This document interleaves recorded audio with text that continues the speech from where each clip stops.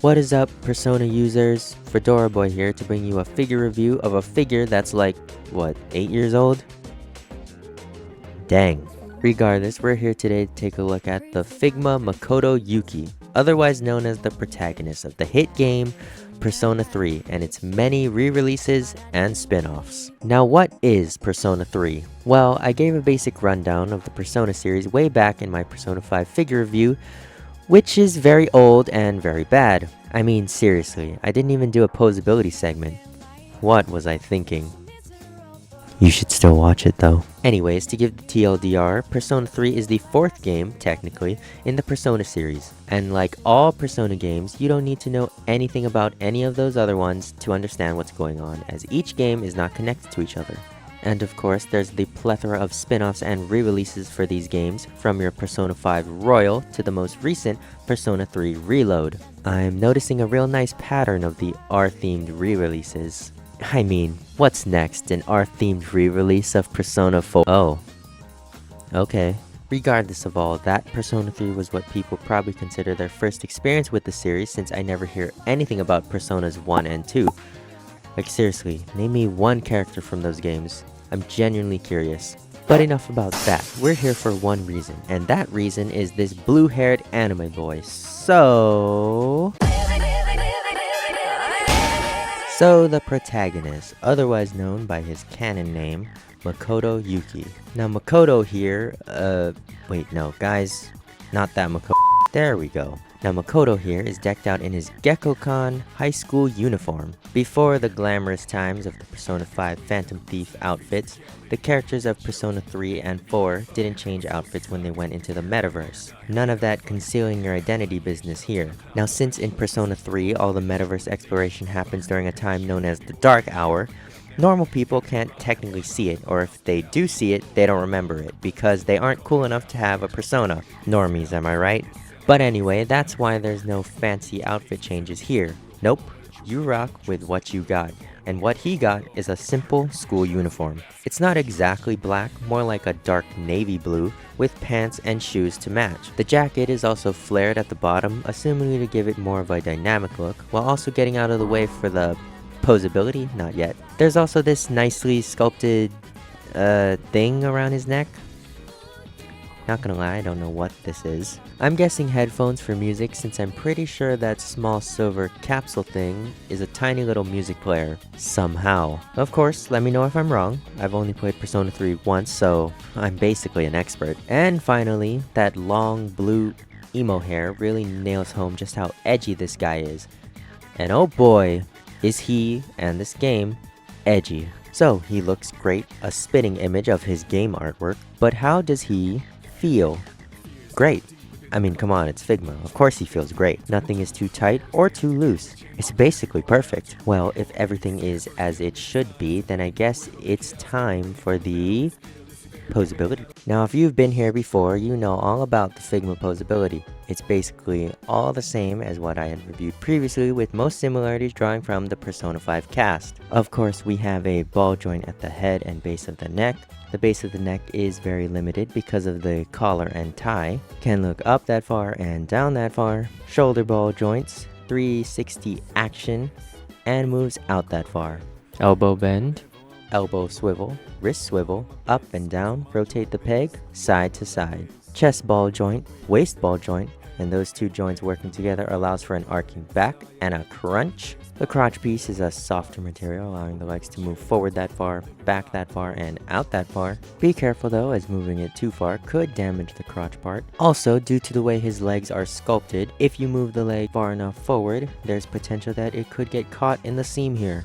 Just take note of that. Bend at the knee, ankle swivel, up and down, a pivot, and a toe bend. Posability is, as I said, basically the same as some past Figma figures, which makes it great.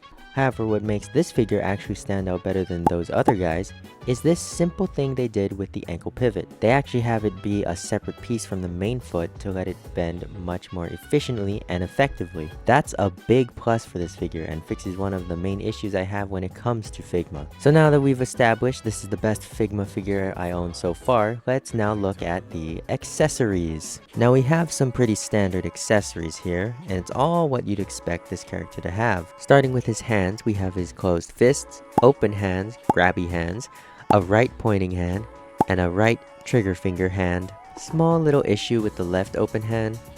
The middle finger is bent weirdly, making it look off. I could probably fix this myself, but just wanted to point that out. Now, you'll notice the trigger finger hand is in this interesting angle.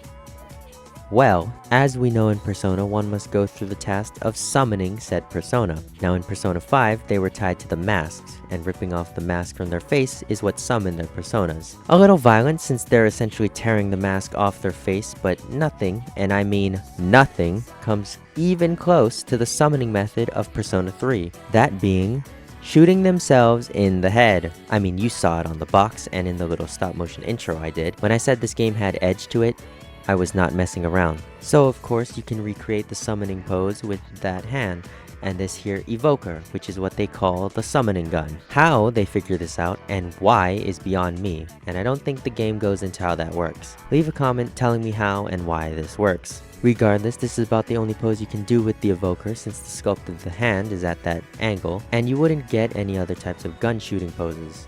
Not that you would need to, but more options are never bad. Speaking of options, you get these additional pieces, those being the C's armband, that's their little team name, and the evoker holster, both things the C's members would wear when on metaverse missions. Now since Makoto here only wears his high school uniform, you can have him be either high school student or strapped high school student. Equipping these is fairly simple. For the armband, simply remove his lower left arm and slide the band over. There is a specific way to have it positioned, but I reckon you could position it however you wanted. For the evoker holster, remove both legs, remove the basic crotch, slide on the holster crotch, and put the legs back on. See? Simple. The holster could get in the way of leg movement, but it's not that egregious. Regardless, he's now decked out to go climb an ever-changing tower and stab shadows in the face. Oh wait. He needs something to stab with. Luckily, you get his sword that I don't know the name of. Apparently this sword is his canonical and or main sword, and it looks good. Nice blue hilt with gold and more blue accents along with this very nice silver blade. What can I say? Figma has always been really good with their accessories. Final figure accessory is his faces, and I mentioned them last because they are not really all that different. I know in the game Makoto here was just a real bundle of emotions and his faces reflect that. You get his default neutral face, this angrier face, and a small smiling face. Like I said, bundle of emotions. They are fitting for his character, though as a figure it does leave a lot to be desired. Maybe instead we just get a face that has glowing blue eyes since that's how they look when summoning their personas. Though that may be more of a reload thing. I think it would have been cool to have. It would really emphasize those evoker poses.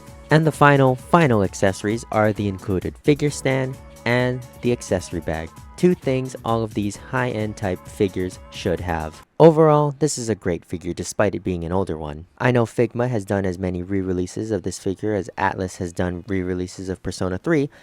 And if for whatever reason they decide to make a Persona 3 Reload figure with an updated look and accessories, I will attempt to summon a persona all over my desk. As a joke, of course. But regardless of that, this is still an amazing figure. The look, perfect. The feel, perfect. The accessories, all what you'd want and expect. And that nice little bit of ankle pivot. Oh, this figure is now the best figure I have in terms of overall stability and look. Of course, there are a few minor issues, but nothing that holds this figure back in any real way. So, Persona 3 Reload happened, and soon Persona 4 Revival will happen. And maybe I'll look at the protagonist from Persona 4. I don't know. We'll see. In the meantime, remember to like, comment, and subscribe for more figure reviews as well as animation, speed drawings, and gaming videos. Thank you for watching. I tip my fedora to you and bid you adieu.